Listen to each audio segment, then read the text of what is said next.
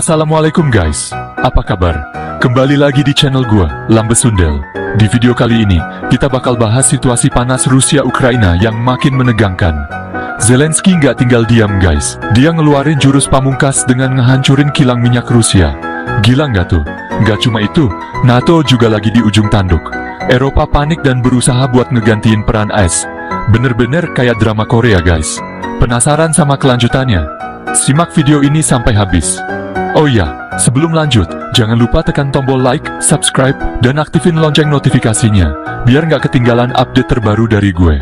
Oke, langsung aja kita mulai. Guys, kalian nggak akan percaya ini. Zelensky benar-benar nekat. Bayangin aja, drone Ukraina berhasil nyerang depo minyak Rusia di Belgorod, dan ledakannya, gila. Bener-bener dahsyat guys. Api berkobar tinggi, asap hitam ngebul sampai ke langit. Serangan ini bukan main-main guys. 100.000 ton bahan bakar musnah jadi abu. Kalian tahu apa artinya ini? Logistik Rusia benar-benar kena pukul telak. Mereka bakal kesulitan buat ngirim pasokan ke pasukan di garis depan. Ini bisa jadi titik balik perang guys. Zelensky emang nggak main-main. Dia nggak segan-segan buat ngeluarin jurus pamungkasnya.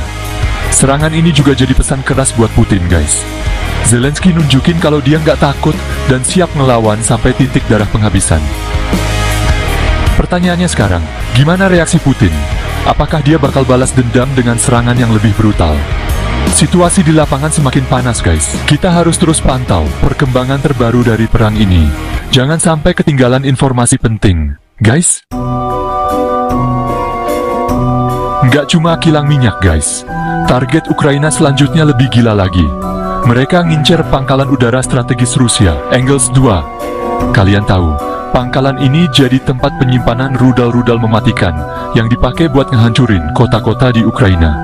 Serangan drone Ukraina ke Engels 2 ini bener-bener bikin geger dunia internasional, guys.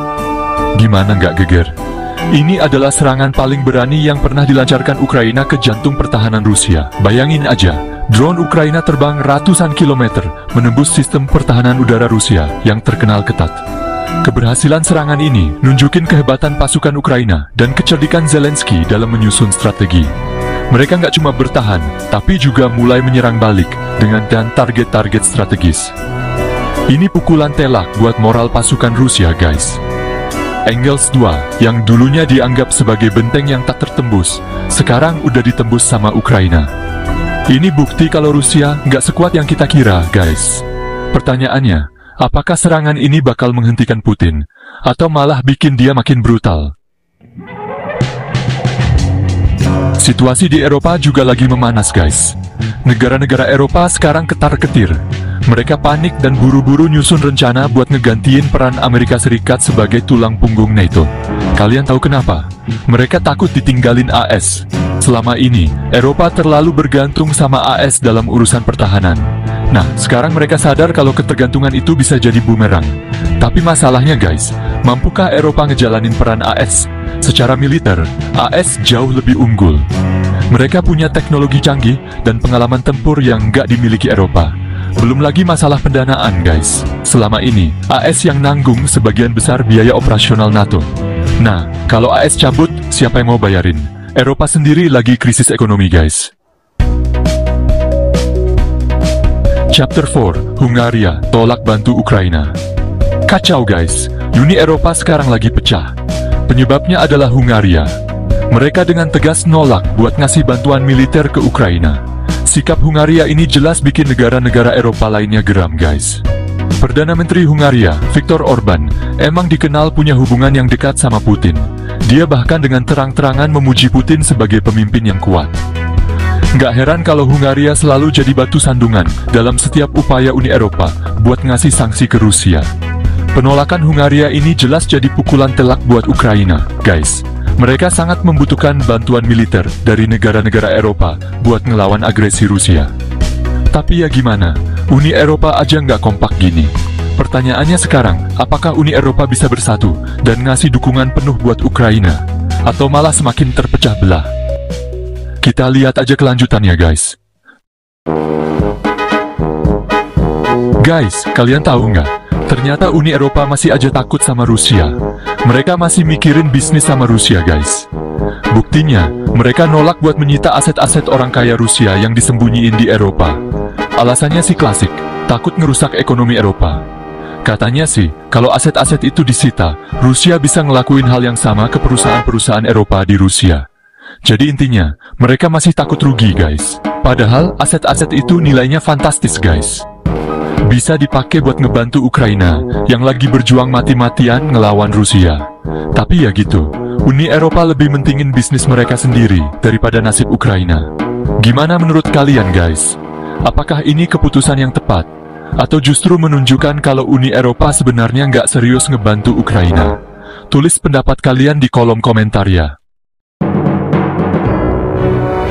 Ada kabar mengejutkan guys, Putin dan Trump dikabarkan bakal ketemu di Riyadh. Pertemuan rahasia ini, katanya sih, inisiatif dari Arab Saudi yang pengen jadi penengah konflik Rusia-Ukraina. Belum ada konfirmasi resmi sih dari kedua belah pihak. Tapi kalau beneran terjadi, ini bisa jadi titik balik perang guys. Bayangin aja, dua pemimpin negara adidaya ketemu langsung buat ngebahas konflik yang udah bikin dunia ketar-ketir. Pertanyaannya, apa yang bakal mereka bahas? Apakah Putin bersedia ngakhirin perang? Atau malah pertemuan ini cuma jadi ajang pamer kekuatan? Kita tunggu aja kabar selanjutnya guys.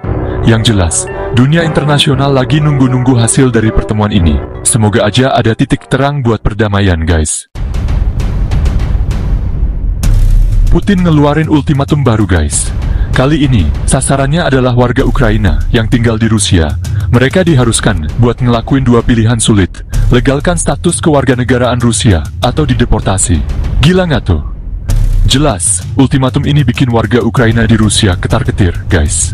Di satu sisi, mereka nggak mau ngehianatin negara asalnya.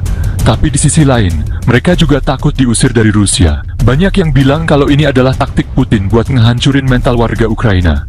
Dengan memaksa mereka buat milih, Putin seakan-akan ngasih tekanan psikologis yang luar biasa. Gimana menurut kalian, guys? Apakah ini strategi Putin yang brilian? Atau justru blunder fatal yang bakal bikin dia makin dibenci dunia internasional?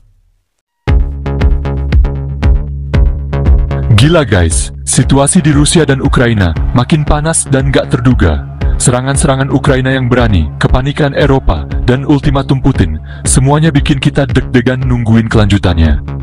Nah, menurut kalian, apakah serangan Zelensky bisa bikin Rusia nyerah? Atau justru bakal makin memperburuk keadaan? Tulis pendapat kalian di kolom komentar guys. Jangan lupa juga buat share video ini ke teman-teman kalian, biar mereka juga update sama berita terkini. Dan yang paling penting, aktifin lonceng notifikasi, biar nggak ketinggalan video-video seru lainnya dari Lambe Sundel. Sampai jumpa di video selanjutnya. Wassalamualaikum.